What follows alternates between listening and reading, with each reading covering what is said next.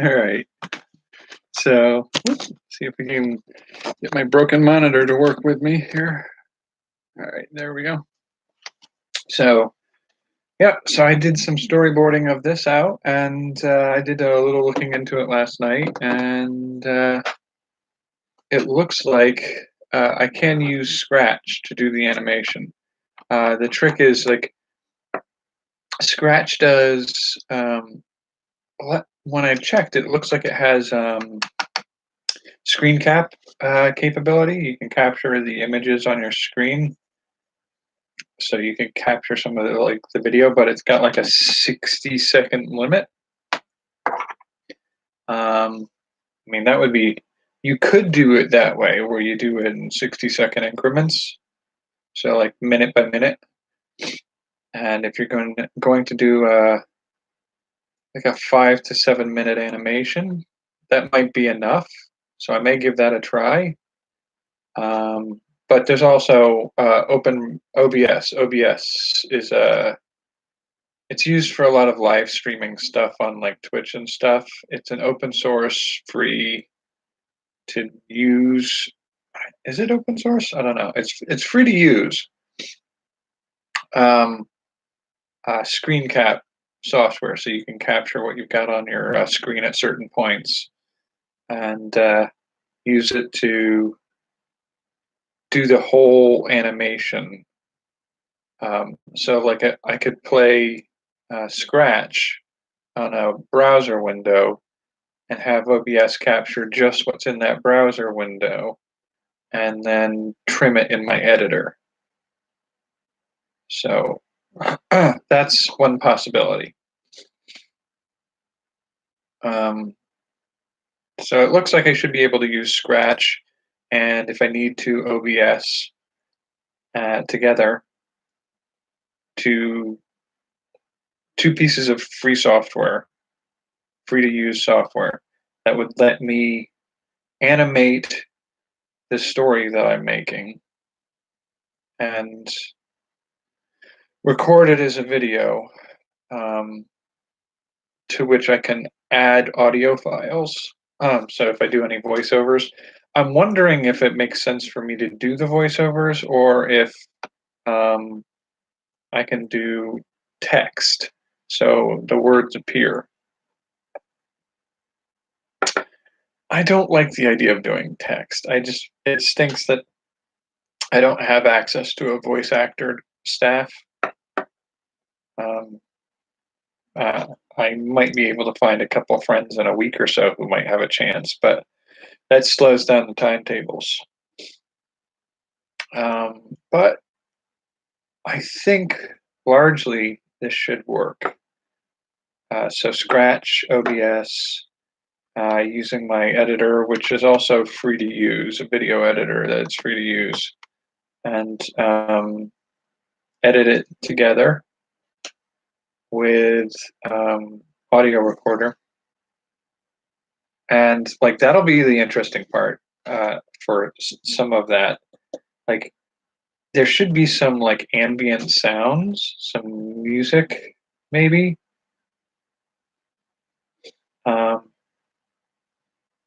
But like my opening is sort of a narrated bit, followed by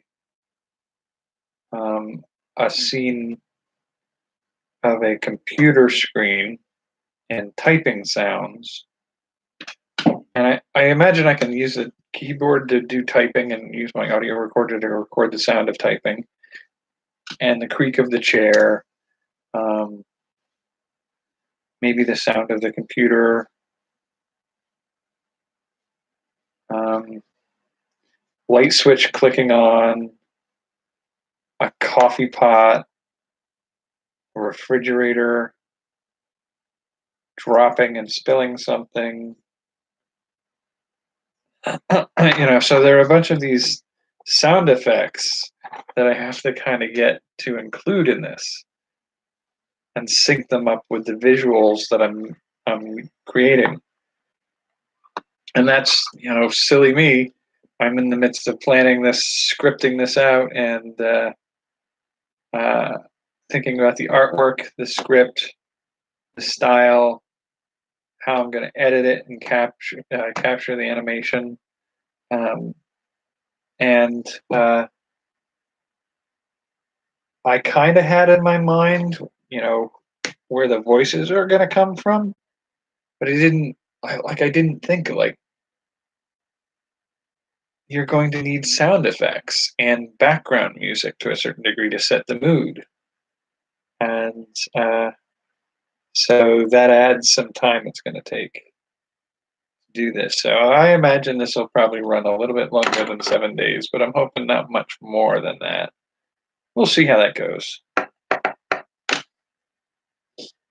But yeah, so I did the storyboarding last night, some of the storyboarding, and did some fiddling with it today. Very simple style, not really stick figures, but can you see it?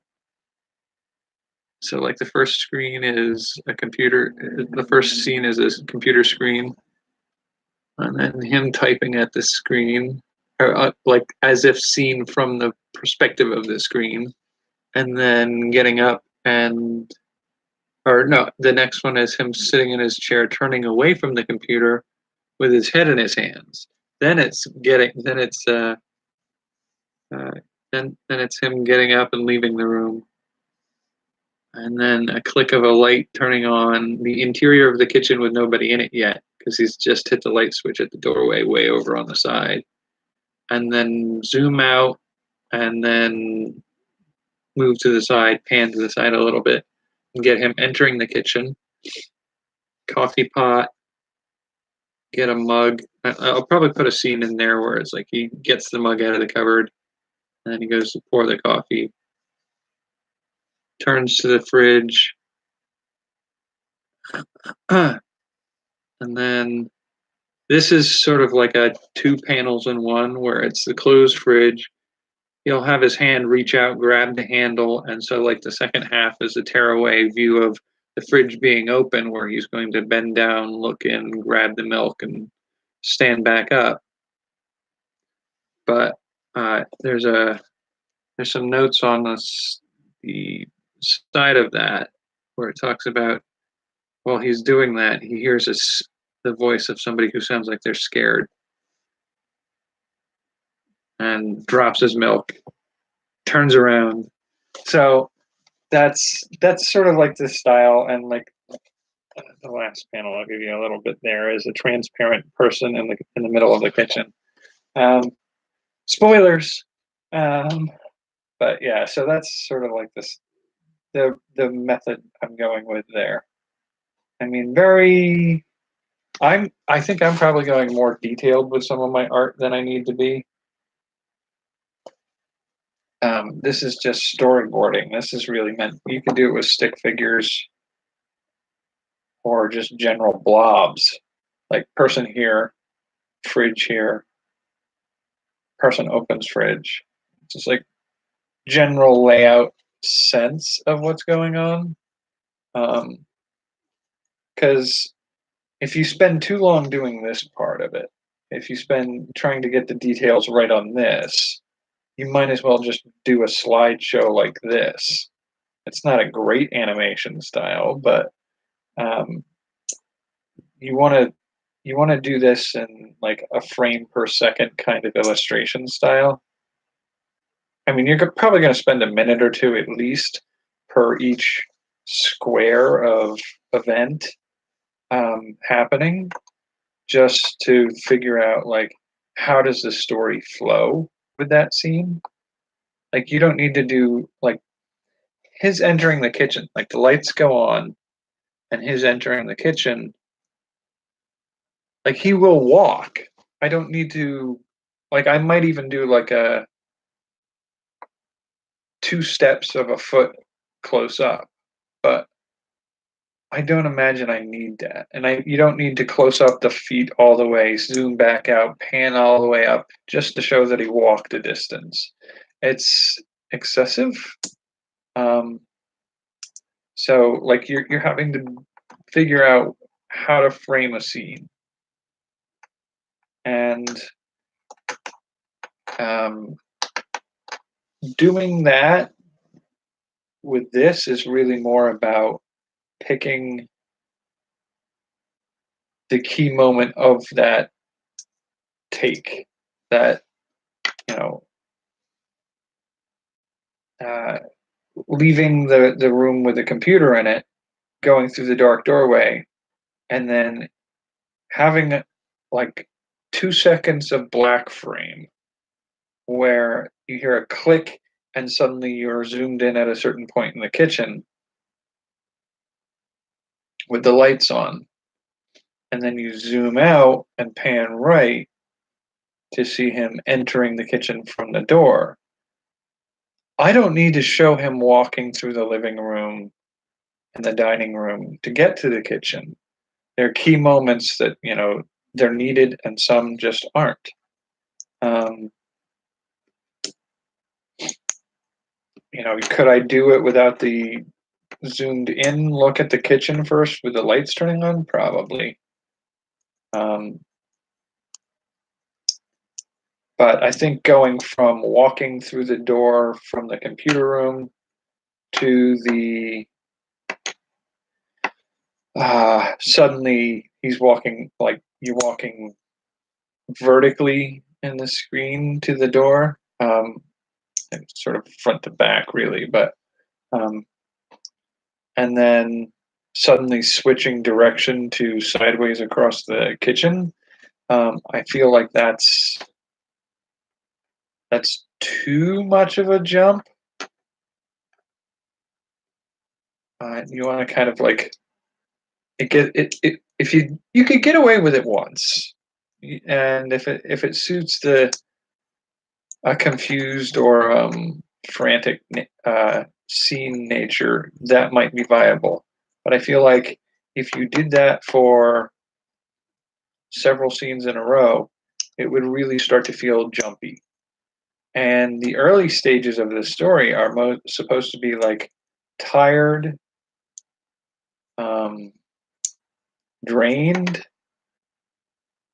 but like late night quiet. So it's like it's sort of an empty time frame into which things can then happen. And if you made it too jumpy,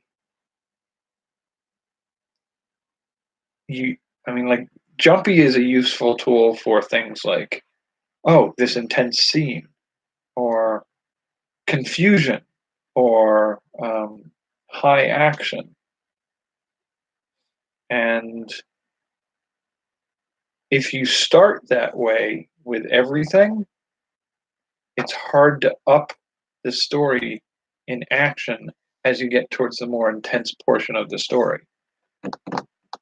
So the setup of this needs to be sort of sleepy and worn out, and then suddenly awake and suddenly terrifying. I guess depends on how easily you get scared. um,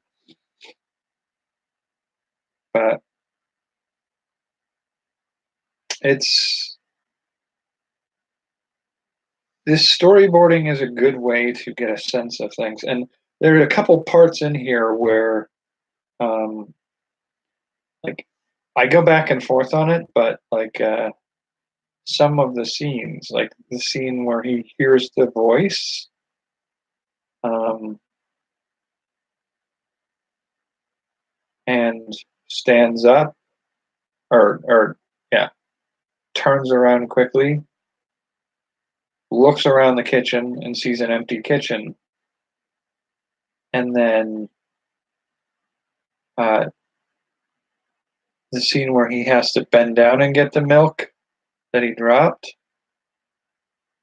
The next scene is he hears the voice again, and this time instead of the head and upper body in front of the fridge going down to pick up the milk, it would be quickly reversing it. So it looks like he pops back up again and looks around, and you reuse the scene of looking around the kitchen. Maybe run it backwards this time, running from left to right instead of right to left, and seeing nothing again. It's reusing the set, reusing some of the actions, um, changing them up a little bit so that they feel like they're not a reuse, but it makes it a more economical means of illustrating a story. Um,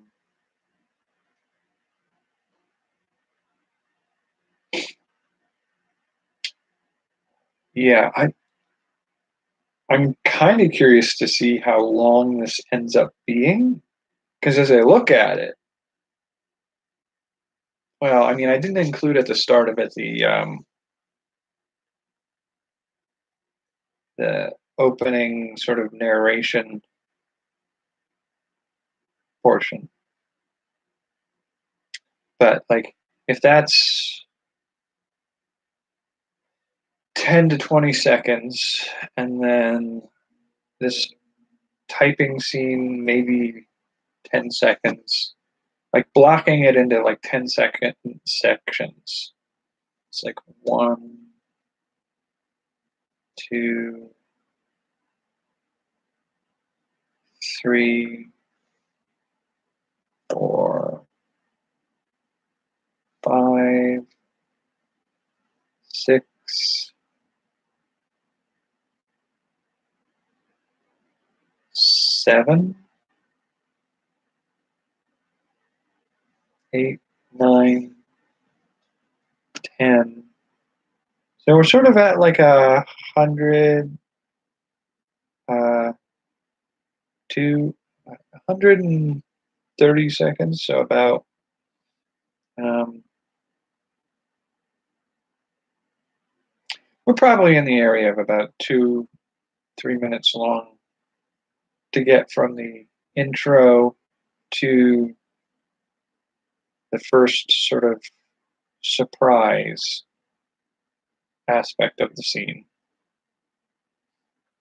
And then from there, the pace is going to be faster. So I'd say like 2 minutes worth of action scenes, and then 2 minutes of climax and resolution, I guess. So it might be 6 to 7 minutes long. So it's not a long animation. But I think it summarizes the whole story relatively well. I'm hoping that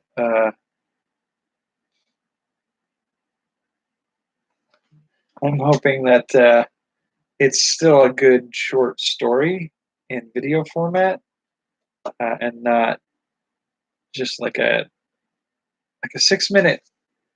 Like I'm trying to think. I always struggle a little bit with timing, because like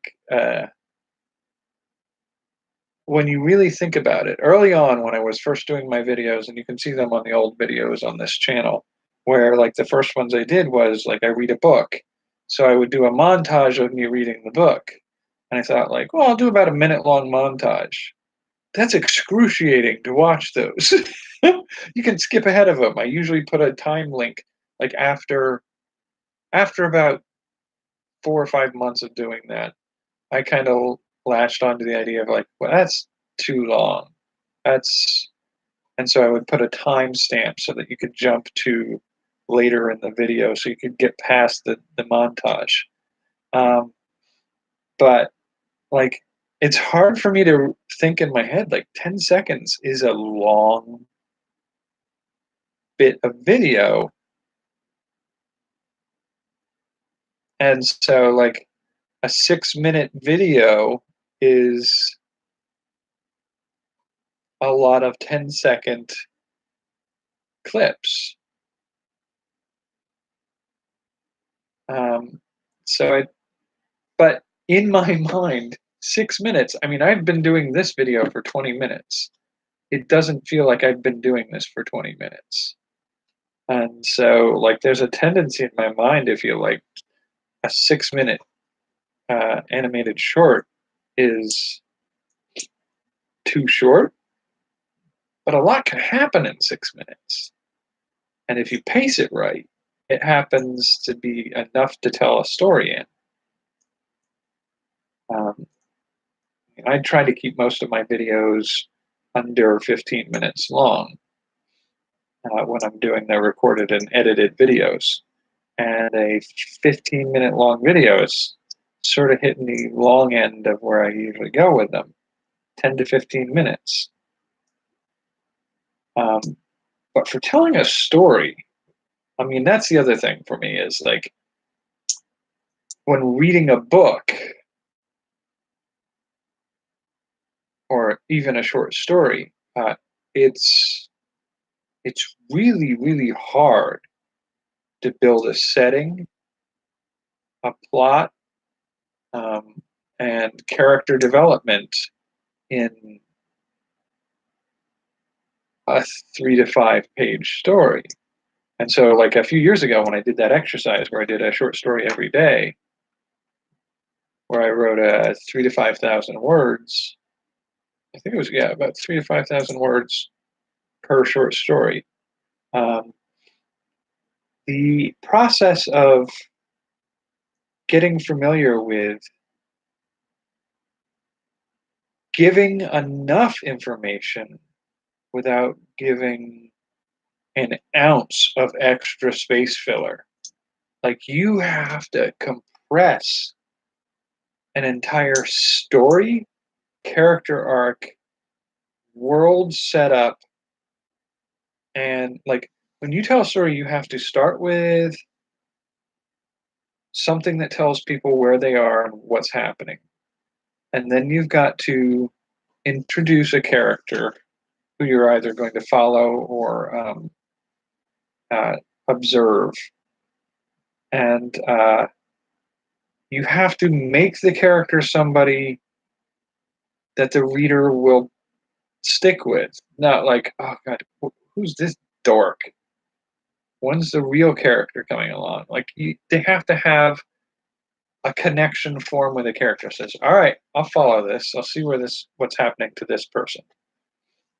And then you have to set up the thing that needs to be addressed in that story, episode, whatever. You have to set up a situation in which the current status can't remain for one reason or another, either a conflict or something missing or a desire, or like the main character wants something. And so you have to set that up.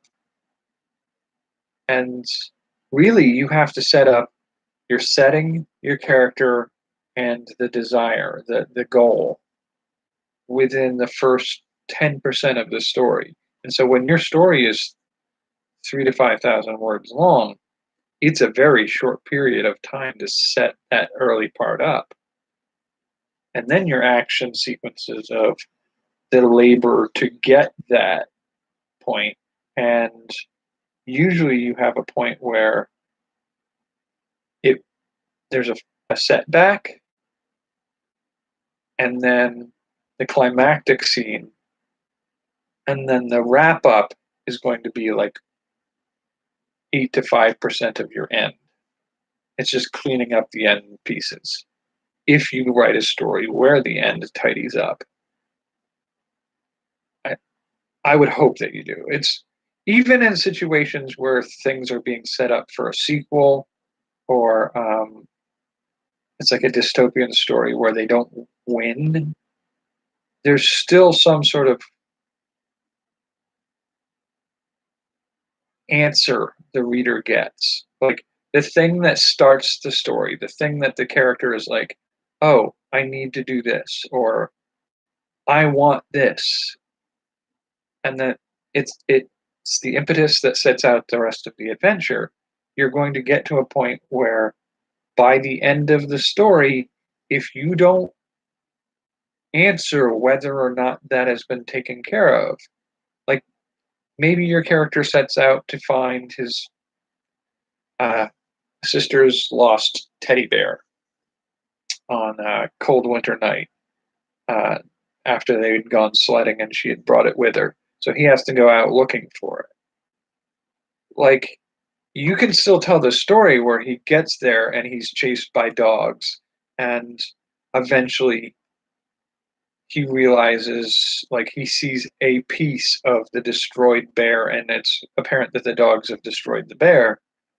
That still answers the quest that was there at the beginning. It ends it. There's potential to do a sequel where he goes to find out whose dogs they are, or he goes to find a replacement for the bear, or something to that effect. But you still have to acknowledge that you set something that your viewer or reader is invested in. What's the outcome? The outcome can be unsatisfying or heartbreaking or frustrating, but you still have to have an outcome. You can't just leave it completely hanging. I guess the only way you could really leave something like that hanging is if you had more than one quest happening, and at least one of them gets a resolution by the end of the first story. And then you can do sequels where um, you introduce a new quest, and maybe that one doesn't get satisfied in this story, but one of the previous unfinished quests gets a satisfaction. Um, so getting all of that lined up right and doing it in a 6-minute short. That's tricky, but it's even trickier because, like, the writing portion of it, which is the part I'm most familiar with, is not the same as like the video portion of it. Like, time passes differently for a written scene than for a visually created scene.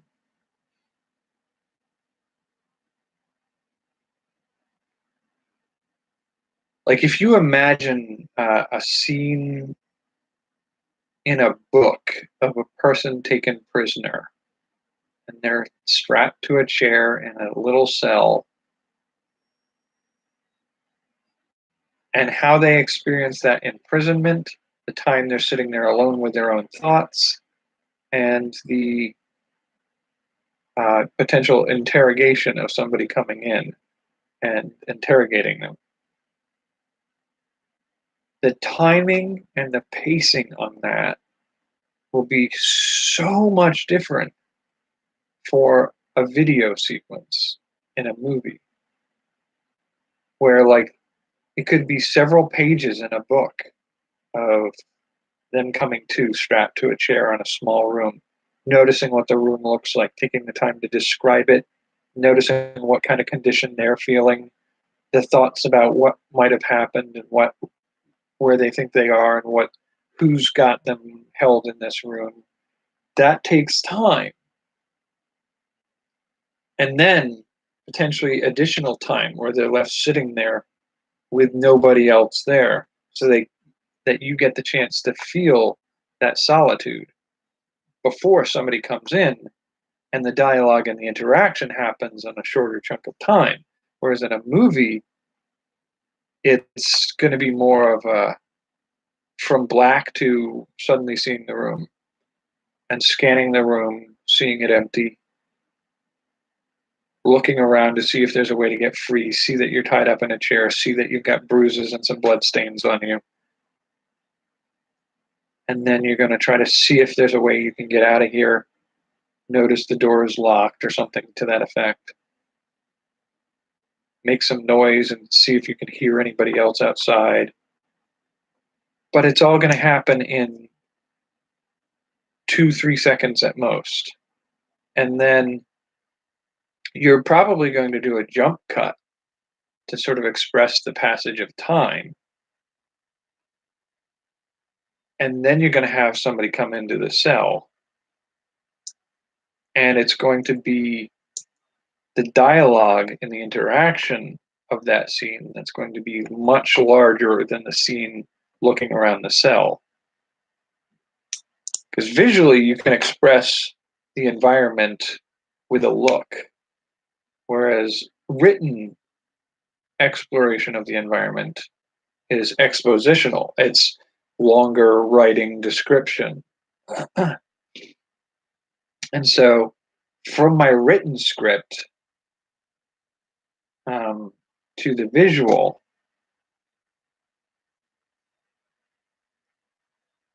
the timing feels weird and uncertain. And then, from the visual aspects of communicating those things to the pacing of getting it right. And I don't think I've developed enough of a sense of video recording timelines, or like video story timelines, to really have a sense of like how fast or slow some of those aspects happen. So it's going to be interesting to see how this works out in the end. Like, this might end up being a 3-minute video, because those pieces that I use as a writer to express and explore the environment get expressed so quickly in the visual aspects of this. Whereas the parts of dialogue, which I'm so used to doing concisely and shortly in the writing, those are going to be the long sections of this video. So it's possible that the parts that I feel like give some of the meat to the story will be so short, and the parts that I'm used to writing so short will still be short, that the overall end scene will be in seconds. And maybe that's a good thing, because there's also the risk of just a scene flow that just drags all the way through. And it's just, I don't know. That's the sound, like the sound effects, the dialogue, and the like mood music, I guess, atmosphere, uh, and the pacing and timelines of this video were two things that I'm unpracticed in, and I'm finding them a surprising challenge to do this time.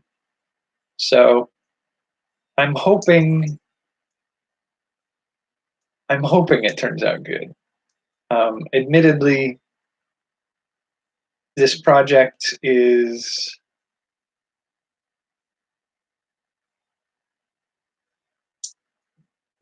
since it's being done on this time frame, since it's being done in this timeline of trying to do a quick animation just to try to illustrate the process, like, I feel like I understand why it could take, like, scripting could take a week and a half for some people, and then storyboarding is probably another 3 or 4 days. Getting together the audio and the animation aspects, like making the artwork, is going to be a surprise.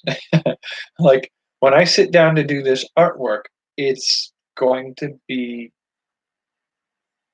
a lot of work. It's going to be, it's going to be the kind of work where I can imagine, I sit down and I go, okay, like, I need to make these 4 frames of animation. So like do the face turning around, eyes opening, and then the mouth opening, and then zooming out on that face. Like all of that, I imagine I could do, just like get so stuck in doing it that I don't notice. But I also imagine that's going to be at least an hour and 15 minutes worth of work.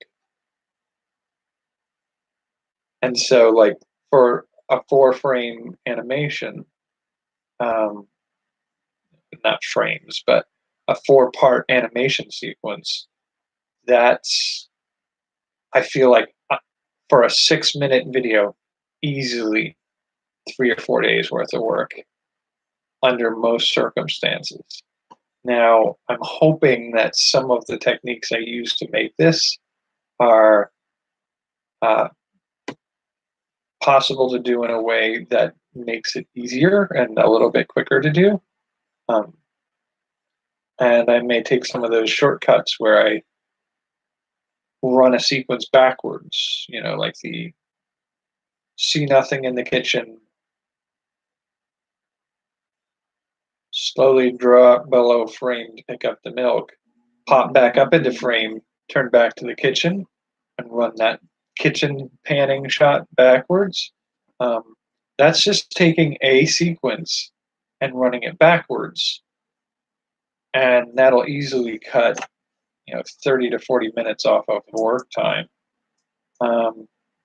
Having the character move across the screen, um, being done as you build a set and you build a sprite that the walking is 4 animation frames cycling through for each step, that makes it a little bit easier where I don't have to individually rebuild each frame over and over again at a different point in the kitchen.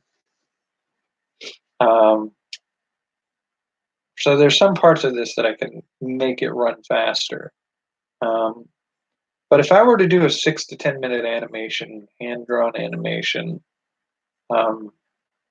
and do like a bigger story arc with taking more time for the scripting and taking more time for the storyboarding, and then taking more time to do a hand-drawn artwork and doing the frame by frame work for a lot of them. I can see this easily taking 3 to 6 weeks, and that's working like a part-time job level of work on it. I don't have that kind of time right now. I've got enough other things going on right now that don't take that expression the wrong way, but I've got enough other things going on right now that this is done as a casual create an animation and see how well I can do with this and how other people could do something like this. Now, there are faster ways to do some of the animations, and I'm sure you've seen some of them online where they're sort of like slideshows where you have like a character, a still image of a character, a still image of another character. Character B then goes to a second slide where they're throwing something while character A hasn't changed any.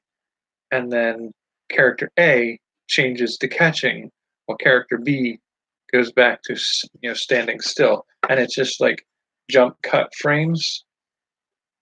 And that's viable.